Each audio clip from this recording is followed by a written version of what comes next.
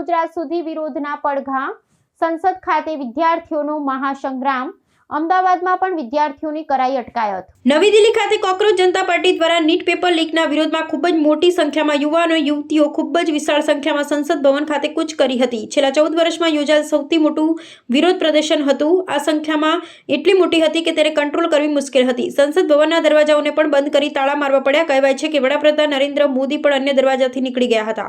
વિદ્યાર્થીઓના અભૂતપૂર્વ પ્રદર્શનને રોકવા માટે મોટી સંખ્યામાં પોલીસ દળ અને રેપિડ એક્શન ફોર્સના જવાનોને ઉતારવામાં આવ્યા હતા અને પોલીસે દમનકારી વલણ અપનાવીને લાઠીચાર્જ કર્યો હતો અને ટીયર ગેસનો મારો કરવો પડ્યો હતો, જેમાં અનેક વિદ્યાર્થીઓ ઘવાયા હતા। દરમિયાન કોકરોચ જનતા પાર્ટીના નેતાઓ ભાજપના રાષ્ટ્રીય અધ્યક્ષ જેપી નડ્ડાને મળ્યા હતા। મળતી માહિતી મુજબ તેમણે 3 મુખ્ય શરતો સાથે આંદોલન સ્થગિત કરવાની બાહેધરી આપી હતી। એક, સોનમ વાંગચુકને મુક્ત કરવામાં આવે। બીજો, શિક્ષણ મંત્રી ધર્મેન્દ્ર પ્રધાન રાજીનામું આપે અથવા તેની બરખાસ્ત કરવામાં આવે।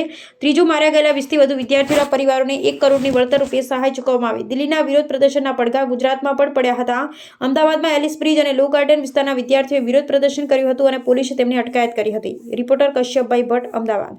આવા ન્યૂઝ જોવા માટે સાબર આવાઝ YouTube ચેનલને સબસ્ક્રાઇબ કરો અને લાઇક કરો, જેથી હવે પછીના દરેક સમાચાર સબસ્ક્રાઇબ કરેલા હશે તેઓને નવા સમાચારની માહિતી મળી જશે।